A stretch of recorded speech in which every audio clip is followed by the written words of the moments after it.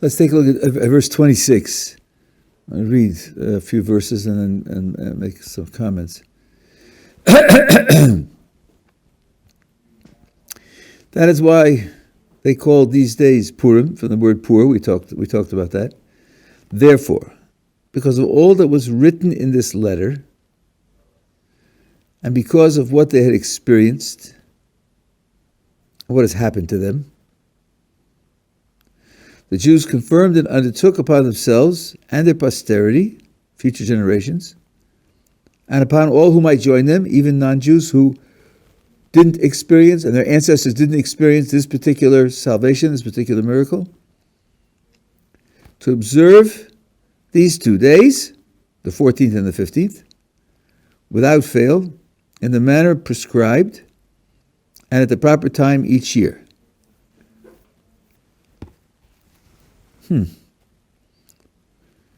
It's like overkill. Observe these 2 days. These 2 days. At the proper time, what time would that be other than these 2 days? Without fail. And observe in the manner prescribed. Don't change it. Just do it the way it was prescribed. Consequently, these days should be remembered and celebrated by every single generation, family, province, and city. No exceptions. And these days of Purim should never cease among the Jews, or will never cease among the Jews. Should never makes it sound like you have a responsibility to make it happen. Will never sounds like it's a prediction. Nor shall the remembrance perish from their descendants. That's certainly a prediction, and therefore those, I think, they read the previous as a prediction also.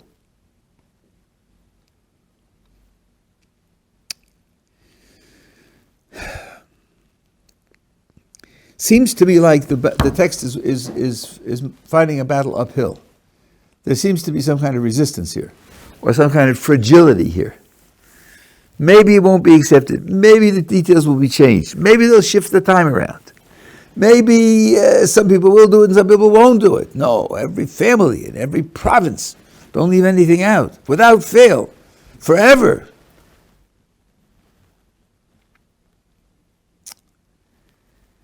I think the text here is hinting at something very important, in addition to all the other things that I'm not getting from the text. I'm not saying this is what it's doing. This is one of the things that's being hinted at here. This experience and this Megillah has this kind of special status with all holidays and all the historical events that took place, all the performances. As I pointed out at the beginning, aside from Shir HaShirim, the Song of Songs, it's the only book in the Bible that doesn't have God's name in it.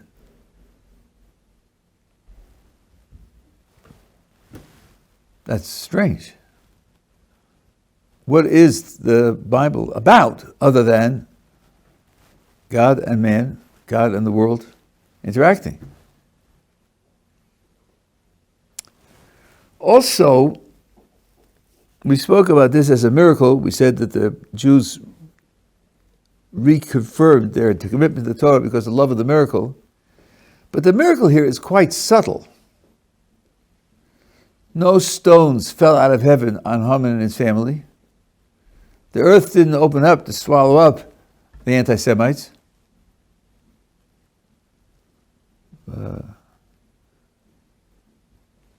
Indeed, if you weren't reading this in a religious context, and someone told you the story, unless you paid fairly close attention, you could think it's just politics. Politics is like that. Do I have to tell you that political leaders sometimes do rash and foolish things? Have you been out of touch with the world for the past week? And make mistakes and make miscalculations, and things don't turn out the way they expected, and the situation of the Jews is sometimes up and sometimes down.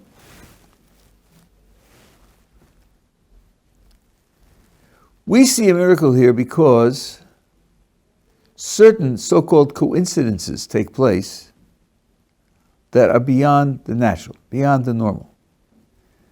I would almost say that if you could buy the events in this book as natural, then you could be disqualified from science.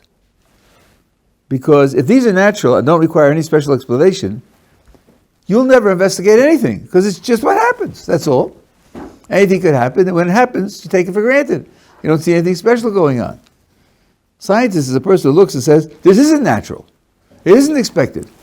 It needs investigation. Maybe we have to cook up another theory, because we haven't got a good way to explain it. When we pointed this out when we taught the text a couple of weeks ago, when Haman comes in to tell the king to hang Mordechai in the gallows that he prepared, and that very night the king can't sleep, and he is worried that he hasn't paid off his debts, and then he comes to the place in the history book where it says that Mordechai saved his life and he didn't do anything good for him. Now he's struck with guilt and regret, and he wants to do something good for Mordechai, and you have this clash. Haman's coming in to kill Mordechai, and the king wants to honor Mordechai. I think if this were a manuscript submitted to an editor to be published by a book publisher, at this point the editor would say, sorry, this is just too fantastic. No one's going to buy this. No one's going to see this as realistic. And that's exactly the point. It isn't realistic. That is to say, it isn't naturalistic. This point, when you're handed this down as a Masorah, that this is what actually took place, you say, well, then there's some explanation here, some other explanation. This was planned. And indeed, if you look back, it was planned from the moment that Mordechai overheard the plot on the king's life and told to Esther, and Esther told it to the king in Mordechai's name. If she hadn't told it in Mordechai's name, he wouldn't have been saved. No, she told him his name, and written down in the history book, and the king didn't do anything about it. All that was set up, put in place, just so that on that night, when Haman wants to kill Mordechai, HaKadosh Baruch Hu deprives the king of sleep, and he gets worried and guilty, and so forth, and that's how it comes out. So when you see that happen, you look back and you say, hey, wait a minute. Years ago, this was all set up. Years ago, it was all set up. And same thing is true with Esther. Esther's queen. How did she get to be queen? Oh, well, there was that party at the beginning of the book. 6-month bash. And then the week in Shushan. And then the interaction with Vashti. And the clash. And then she got fired. And then the new queen was... So maybe, since Esther's being there at the end is right in place in order to save the Jewish people, then maybe the whole bash and Vashti's rebellion and so on and so on, all of that was planned also. All of that was planned. It wasn't happenstance. It wasn't random. Here's how we see the miracle. We see the miracle by analyzing the historical events in order and saying, not likely. Not likely. In naturalistic terms, it shouldn't have happened. Now, that's not an obvious type of miracle. Indeed, in the whole corpus of biblical miracles, I think this is the only one that takes this character. I have a much longer share of this. Maybe I'll give it when we get closer to Purim. But one has to recognize that this is not like the crossing of the sea. This is not like the revelation at Sinai. This is not like the plagues in Egypt. This is not like the conquest of the land of Israel by Joshua. All of those were accompanied by open, clear acts of God. An observer watching could not possibly deny that these were acts of God. Here you don't have that. And I think that there's a parallelism. The fact that God's name doesn't appear, even though the story is really about God manipulating the events, means that you have to look and see the events, analyze the events, because it's not obvious, doesn't stand out on its own. That feature of the text that God's name doesn't appear is parallel to the fact that this miracle is a kind of miracle which seems to happen in somewhat naturalistic terms. There's another illustration of this. We have a certain prayer ceremony that we make on all the holidays but one, and that's, well, not but one, almost all the holidays, and that's Hallel. Psalms 113 through 118, said in a festive manner. Some of the verses are repeated as a blessing. making it as a mitzvah. But we don't say Hallel on Purim. Why not? So there are three answers in the Gemara. One is that this is a miracle that took place outside the land of Israel. And miracles like that don't have the same status. You'll tell me the Exodus from Egypt also took place outside the land of Israel. So the Gemara says that miracle took place in order that we should get to the land of Israel. So it also contributes to our relationship to the land of Israel. But here it didn't have that effect. It happened outside the land of Israel. We stayed in exile. The second answer is that let's see. Right, that's on the nature of the miracle. The second is, what are you giving thanks for? You're giving thanks for the fact that you didn't die, you stayed alive, but we still remained slaves of Achashverosh. He was still king, we're still outside the land of Israel, under the control of a non-Jewish king, and that means that the salvation is only partial. That's the second teretz. The third teretz, this is real Brisker Torah. The third, it's a Gemara, but the sense of it is Brisker Torah. The third teretz is, we do say Hallel. We do say Hallel. The book of Esther is Hallel. That's our Hallel. That's the Purim Hallel. The real Hallel that we say is with the Psalms 113 through 118, full of glories of God and praise of God and thanksgiving to God. That's because it's celebrating open, obvious miracles, open, obvious breaches in nature, and then you can speak about God, who's the creator and who's running the world, that he's doing it. Here, the whole set of events is hidden behind naturalistic appearances. Reading the story about the naturalistic appearances, reading it as part of the holy books of the Bible, that's how you celebrate this miracle. You celebrate this miracle by reading this book. That's your Hallel for this miracle. That's what the Gemara says. And one of the commentaries, the Meiri, says, he draws a conclusion from this, which is really quite, I would say, almost shocking. But when you think through the logic, it's almost forced on you. What would happen if you don't have a Megillah? You don't have a Megillah, so you can't read the Megillah. He says, then say Hallel. Because the Gemara says, this is the Hallel. Okay, this is the form of Hallel which was created, but Hallel is Hallel. According to that third teretz, you've got to say Hallel. And this is the Hallel. Okay, if you can't say it this way because you don't have a Megillah, then say it the way they would normally say it, from the Tehillim, from the Psalms. So what we're hearing here is that the whole character of the event is different from all the other miracles that we celebrate, all the other times when we say Hallel. And then I think this is part of the uphill battle. Well, this isn't like every other event in Jewish history. It doesn't have the same dynamics. Who says that it should be celebrated in the same way? And who says that people will take it so seriously? Who says that people will relate to it?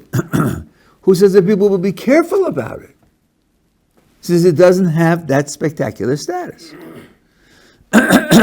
So that could be part of the explanation for this emphasis. Yes, every year in the same time, don't change it. Every province, every family, forever. It's stressed because it's something which could be weakened or overlooked. Now, it also says, we read it, nor at the very end, nor shall their remembrance perish from the descendants. The Purim shall never cease among the Jews, nor shall remembrance, right? Never cease. This is a Chazal, and I think many people read this Chazal wrongly. Chazal say, even if the other holidays were to cease, this would not. It doesn't say that the holidays will cease and this will continue. It doesn't say that.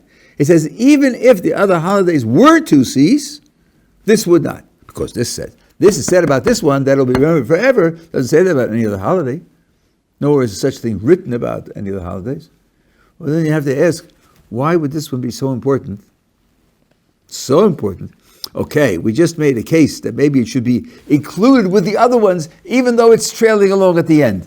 Even though it's weaker in certain respects, it should be included. But why would this be somehow more important than all of the others? So that even if the other ones ceased, and by the way, there's so much misinformation about this. Even if the other ones ceased doesn't mean they would forget about it, or Jews will rebel against it and become Christians or Reform Jews, or that's not what it's talking about. I mean, let's say the government puts a gun to your head and says, don't keep this holiday. The rule is, don't keep the holiday and stay alive. That's what the Torah wants from you. So we're talking about something which could happen, which did happen in some periods of history, where the Jews weren't allowed to practice their religion, but this not. Well, why is this then somehow more important?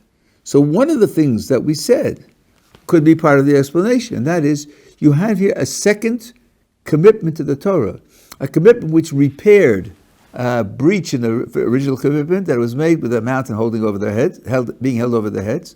So there was a certain amount of compulsion. So now, this cemented our relationship to the Torah as a whole. That we want to carry forward. That's something which we need, not no breach, no interruption. This is the foundation of our whole relationship to the Torah. So then, even if the others, the promise here is that this one will not be breached. Okay, as I told you at the outset, this is just my selective observations. Other people have other things to say, and they're just as good or better than what I'm saying. Okay, now we'll come to the end of the Sefer. 29. And Queen Esther, daughter of Abichail, Mordechai the Jew, both of them wrote with full authority to ratify this second letter of Purim. Dispatches were sent to all the Jews to the 127 provinces of the kingdom of Achashverosh with words of shalom and emes, peace and truth, to establish these days of Purim on their proper dates, just as Mordechai the Jew and Queen Esther had enjoined them. Notice the reverse in order. As they had undertook upon themselves and their posterity a matter of fasts and of lamentations. Esther's ordinance validated these regulations for Purim, now as queen. And it was recorded in the book. So let's see. If you know the Hebrew, the 29 starts with the word vatichtov. Vatichtov means to write, singular and feminine. And then it says Esther and Mordechai. So you have this in biblical writing, where you have a listed subject, where the subject is A, B, and C, and you have a verb. Often the verb is singular. Not always, but often the verb is singular. And the implication is that the first one in the list initiated the action and the other one followed. It says that Shem and Yafes picked up the garment to cover their father Noach. It's written singular. Shem thought of it and initiated it, and Yafes came along with him. You have this many times. So here, as the Gemara puts it, Esther wanted to have a sefer written to commemorate this event. She said to the Chacham, Kisvuni Ladoros. Right? A sefer, put it in the canon, make it part of the Tanakh, and then there was a whole discussion, yes, no, what precedents do we have for it, what background, how should we analyze it, what status should we give it. Mordechai agreed and was party to it, but she was the one who initiated writing it.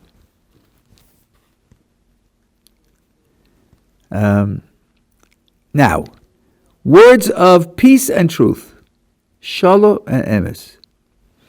These two appear together in the Tanakh many times. Sometimes it's emes v'shalom, and sometimes it's shalom v'emes, but they appear together in the Tanakh many times.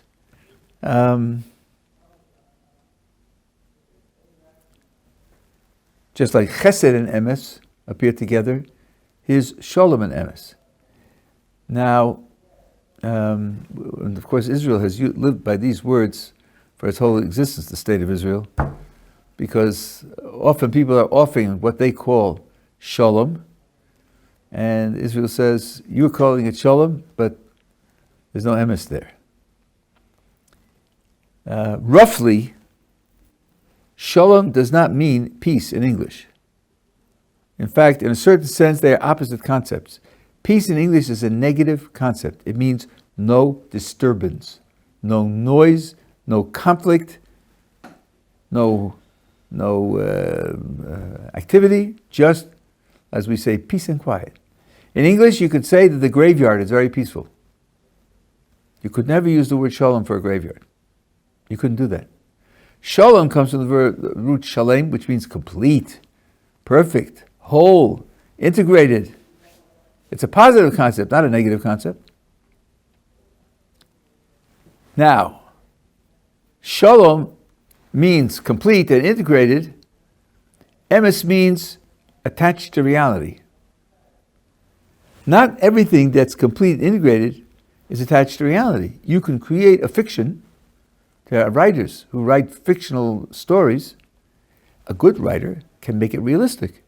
He can put in the physical circumstances, economic circumstances, the psychology of the agents, and he can make it into a very realistic story, even though it never happened.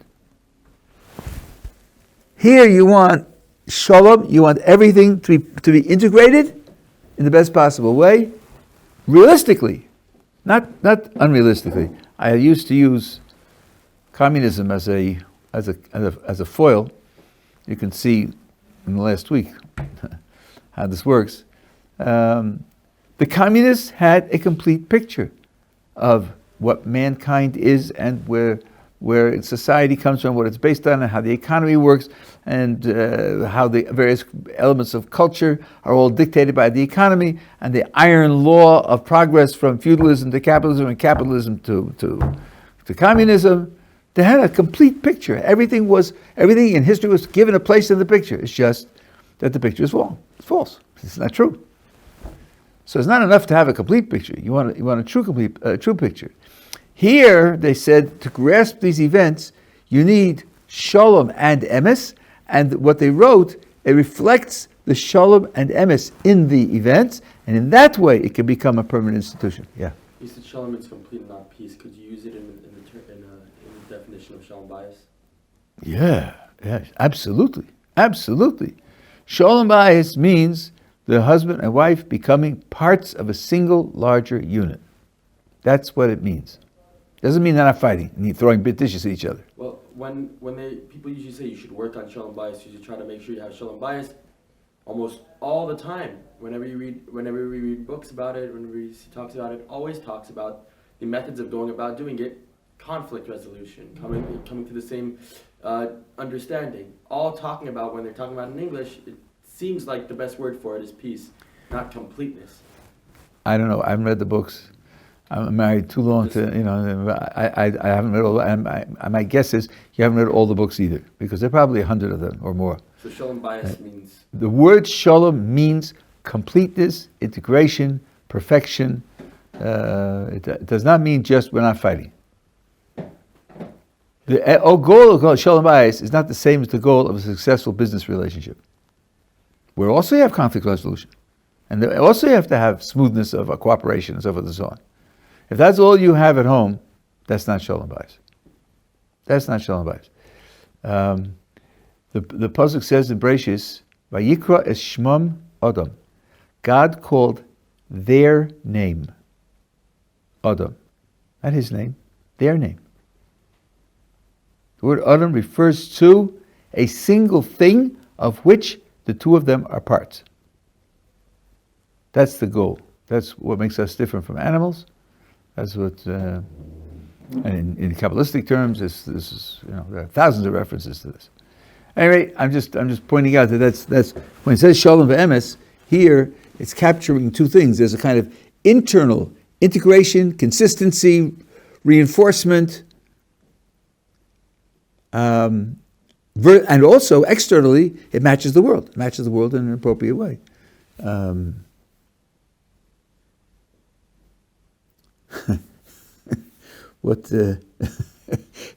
early self-driving cars, and they put in a principle, of safety, and make sure that you don't get into an accident. That's the highest priority, So one of the cars drove into a parking lot, a big open empty space where no cars are moving, and went around in a circle.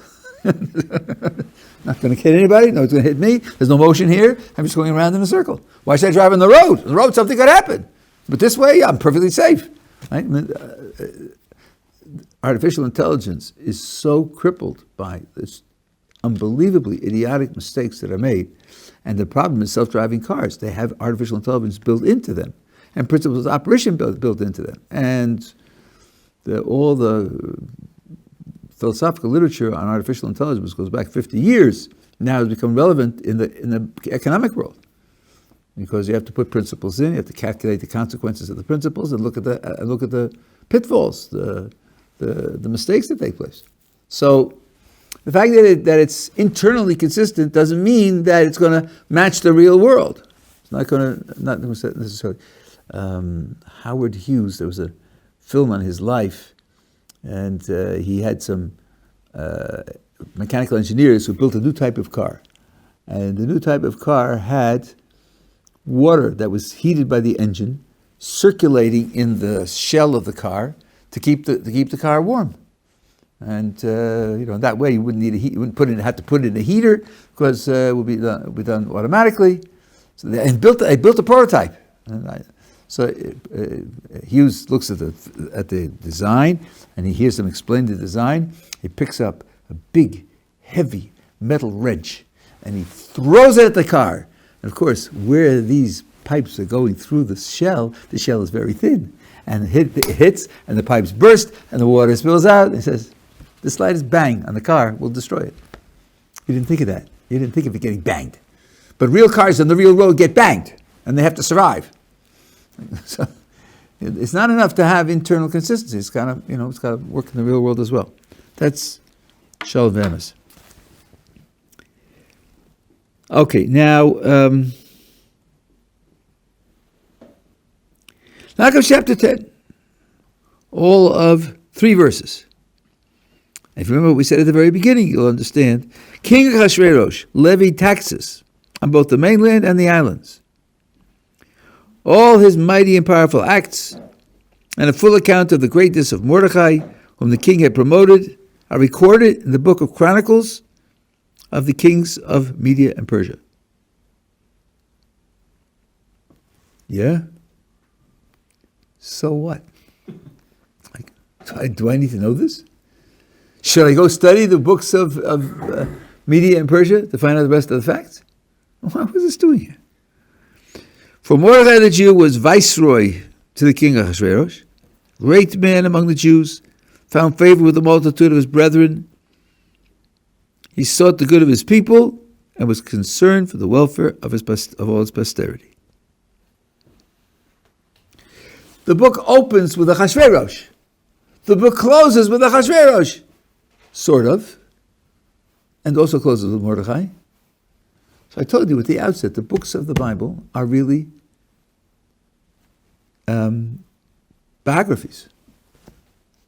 They're basically biographies.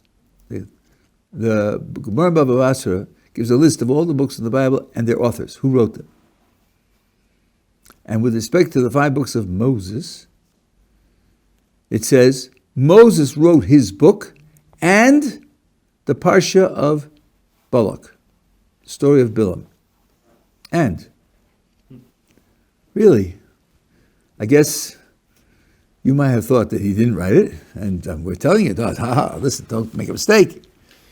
He wrote that also. Why'd I have to be told that? So Rashi says, because the Parsha of Bilam doesn't mention Moses at all. It describes events that took place in the mountains, which Moses didn't know about until he wrote it into the Torah, but he didn't participate in them at all. And since the 5 books of Moses are Moses' life story, they end with Moses' death, right? That's the end of the last book of the Torah. So what are they doing there? You'll ask me what the story of the book of Genesis is doing there? That's prehistory, leading up to Moses. You often have background for the lifetime of a person. It comes to the end of his life. So that means what the general picture you're getting is these books are stories of the lives of some character.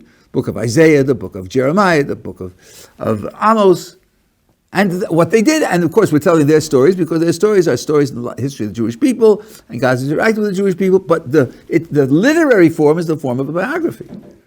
So where does this fit? So this is part of the disguise of the book. Superficially, in that style of literature, it starts with Achashverosh and ends with Achashverosh. This is a book about Achashverosh, certain period in his life and things that happened and so forth and so on. Of course, that's camouflage. That's not really what it's about. But that's part of the camouflage of the book, just like the name of HaKadosh Baruch Hu doesn't appear in the book. So the book looks like it's the history of a period in the life of a non-Jewish king and so forth and so on. That means the book is telling you, it's challenging you, that you have to look deeper to see the significance of the events and the significance of the book. Now, I want to fill that last idea out because this is a theme of the whole holiday of Purim, and it has an important effect, which you may or may not identify with, you may or may not appreciate and like, but I think it's true. That's why I'm going to tell it to you. And here I'm going to give you a number of details which seem to be completely disconnected from one another. And this is an illustration of how Jewish philosophy works, that details that are totally disconnected at first sight turn out to actually express a common theme. There are 5 books in the Bible which are called Megillah. You have Esther and Rus and Koheles and Eicha and Shir Hashirim. Megillas Rus, Megillas Eicha. But the only one of them that's called Ha-Megillah, the Megillah, without any further elaboration, is Megillas Esther. Why does it get this title more so than the other 4?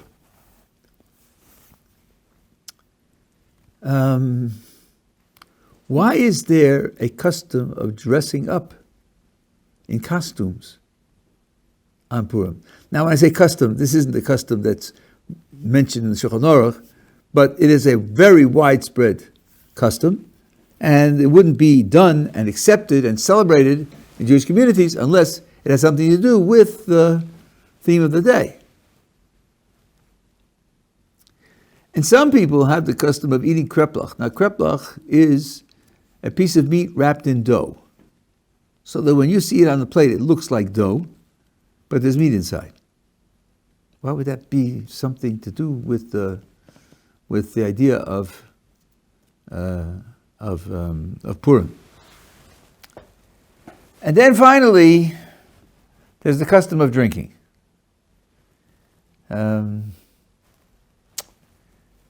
I know people, Jews, even religious Jews, whose attitude is, look how realistic the Torah is. At least once a year you can get plastered, you know? I would translate that, at least once a year you could be a goy. Thank you very much. That's not what the Torah is about. But then, what is it for? And finally, there's a statement in the Tikkunei Zohar, which says the following. The Day of Atonement, on the 10th of Tishrei, Day of Atonement, is called in the Torah what? Good for you. Not called Yom Kippur. It's never called Yom Kippur. It's called Yom HaKippurim, plural. Interestingly, I couldn't find any of the commentators on that verse explaining why it's plural. One of the commentators in Shulchan Aruch says it's for your generation and past generations. But at any rate, it is plural. Now, the Tikkunei Zohar says you could take the word Kippurim, those letters in that order, just change the vowels a little bit, a tiny bit. Under the kaf is a chirik, ki Purim, that's one dot. Put another dot under that dot. Then you get ke Purim, like Purim. And then what you're being told is that Yom Kippur is a day like Purim. You say, oh really? That's what you're being told? Yom Kippur is a day like Purim? Are you serious? Could you imagine two greater opposites? Yom Kippur and Purim? What could it possibly mean to say that a day like Purim? And I want to add in here just a comment of logic. When you say A is like B, that's not the same as saying B is like A. And it's not the same as saying A and B are similar. When you say A is like B, what you're saying is B has a certain quality and A approximates B's quality. Doesn't duplicate it, it's only like, not identical with. It's like. So B has the quality in supreme terms and A approximates that. So we're now being told that if Yom Kippur is a day like Purim, Purim has some quality, and Yom Kippur has a similar quality which approximates the quality of Purim but doesn't match it. What would that be? Okay, so the common theme is what we've already mentioned, and that is having to search for a hidden truth, having to search for a hidden reality. So when the gorilla appears at your door in the afternoon of Purim with a charity box and says, "Grr, give me charity," and you think, is that Ruvain from down the street? Or is that Pesach from across town? Or is that, I wonder who that is in there, right? But you can't see. You can't see who it is because he's got a costume on. There's a reality under the costume that's hidden. Kreplach, when you look at the kreplach on the plate, it looks like dough. But you cut it open, there's meat inside. But the meat is inside, something that you don't notice on the outside. Now,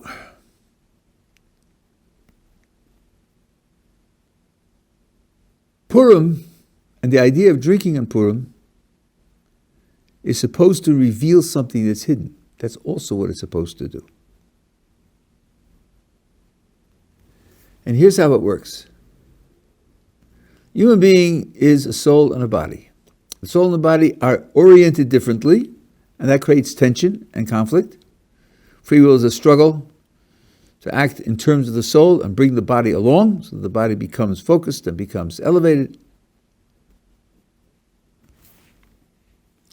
363 days a year, the Jew is living out the conflict between the soul and the body. 2 days a year, he's not living out that conflict. One of those days is Yom Kippur.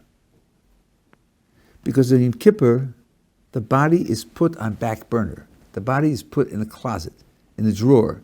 No eating, no drinking, no bathing,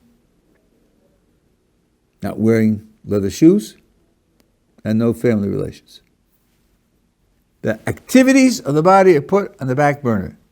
Not, as they will teach you in anthropology class, a kind of self-flagellation. You're torturing yourself, causing yourself pain, so as to avoid divine punishment, which they teach you in anthropology of religion. That may be true of other religions. I'm not knowledgeable in other religions, but that's certainly not our understanding of it. Because almost all healthy, identified Jews don't feel hungry and don't feel thirsty and don't feel deprived on Yom Kippur. It's sort of like you're watching the second sudden death overtime. In the middle of the play, are you going to go out and get a drink? Probably not! Because this could be the end of the game. This could be the championship. I'm not going to miss this. Because you're so involved that the fact that you were thirsty doesn't come into your consciousness. Because this is the end of the game. If you participate in sports, as I did, and you have an injury, sometimes you won't notice the injury until the game is over. And it'll be immensely painful once the game is over. But in the middle of the game, because you're concentrating on winning the game, you don't even feel it. So in Kippur, the drama of getting hold of your life and making resolutions for the next year and so forth and so on puts the suffering of this deprivation in the background. You don't really experience it. In the Elah, the last service of the day, no one looks at his watch and says, 45 minutes to the Coke. It doesn't happen. Even though it's 25 hours of no eating and no drinking, period. Not even water. So, 363 days a year, we are living the tension and conflict between the soul and the body. Yom Kippur is an exception because that day is the day of the soul. The body is de-emphasized. It's your consciousness of the body, your focus of the body is greatly reduced. It's a day of the spirit, and the body is left behind. Now, what happens on Purim? What happens on Purim is that when you drink and you become inebriated, when you become drunk, if you do, I'm going to suggest that you shouldn't at the end. I've let the cat out of the bag. Disappointing, eh? But I'll explain it to you. What happens when you drink and you become inebriated? The control your soul has of your body, the control that makes your decisions intelligent and crafted and focused, is blotted out. So the body gets to act out its character without the control of the soul. And here is a great testing.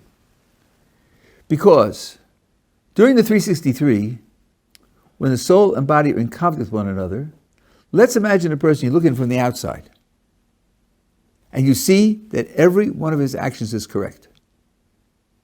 What's going on inside? Well, there are two possibilities. Either he's experiencing the conflict and the tension, and he's working hard to win the battles, and he consistently wins the battles. That's one possibility. The other possibility is that his prior efforts in winning the battles have now purified, redirected the body, so that it has come in tune with what the soul wants. It too is focused on what is spiritual, even though it's physical. It's focused on what's spiritual, so that now there's a harmony between soul and body, and there isn't a conflict anymore. And if you'll tell me if there's no conflict and there's no free will, you're right, there's no free will. He has used his free will to outgrow his free will, which many sources say is the highest possible spiritual achievement. Now you're looking from the outside, you don't know which it is. So when you drink and the body expresses itself without the control of the soul, that's the test. There are people who, when they get drunk on Purim, all you hear from them is love of God and love of Torah and love of fellow Jews and love of mitzvos, and it pours out of them in an uninhibited way. Whereas the rest of the year they might be much more reticent, much more private, but it pours out of them in an uninhibited way. And you see that the deepest recesses, which aren't controlled by conscious calculation, conscious rational calculation, have that same character.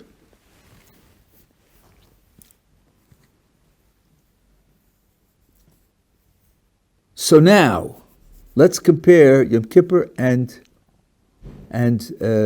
Purim. Each of them is a one-dimensional day. As against the 363, which are two-dimensional, each is one-dimensional. Yom Kippur is the day of the soul, and Purim is the day of the body, because you blot out the soul with being drunk. So now we know in what way they're linked, what they have in common. They're one-dimensional instead of being two-dimensional. But we said that Tikkun Zohar says that Yom Kippur is like Purim, not vice versa. So we said this thing that they have in common has to be possessed by Purim in the ideal fashion, and Yom Kippur is only an approximation. And that's true. And here's how it works. Because on Yom Kippur is a one-dimensional day because you put the body aside. That's why it's one-dimensional. Which means body and soul are still different. They're still opposed. They're still antagonistic. And that's why you put the body aside, so you shouldn't be disturbed. You shouldn't be antagonized. And it's a soul day because the body's put aside. Purim is much, much deeper. Because Purim, for these people who when they drink, they show the spirituality of the body, Purim shows that the body is spiritual. that they aren't really two. They really aren't really opposed. The opposition was already artificial. The opposition was only temporary. The opposition was only a default position, which can be overcome by a Jew's avoda, by a Jew's service. So the unity, the oneness on Purim is not the body and not the soul. It's the body, which is a soul-like thing in and of itself. That's a much deeper sense of one-dimensional. That's why Yom Kippur is only like Purim, but not equal to Purim in that respect. And now I say, if that's what's going to happen when you drink, then drink. But if what's going to happen when you drink is, this is my one time a year to get plowed and climb the walls and break windows and so forth and so on, that's not what Purim's about. Purim's not about that. I knew someone many years ago, 40 years ago. He was a young man. He used to get drunk on Purim. And one Purim, he picked up one of his young children, put him on his shoulders, and then climbed up on a wall and was dancing with this child on his shoulders. And the drop from the other side of the wall was 2 stories. Totally drunk. He had no idea what he was doing. When people later told him what he was doing, he said, so I'll never get drunk again. This was not expressing, because if it had been expressing love of Torah, love and so on and so on, he wouldn't have done something as dangerous as that in an unconscious fashion. So I think that's the purpose of the theme that we're talking about is revealing things that are hidden. The whole of the performance of Purim is about that. By the way, yes, why is it called Megillah? So Megillah comes from liglo, which means to roll. You roll it up because it's on a parchment. But the word also, that root also means to reveal. And Megillah is the story that reveals, but it reveals something, things that are hidden, and you have to search to find it. But that's also what's included there. That's the theme of Purim as a holiday. Okay.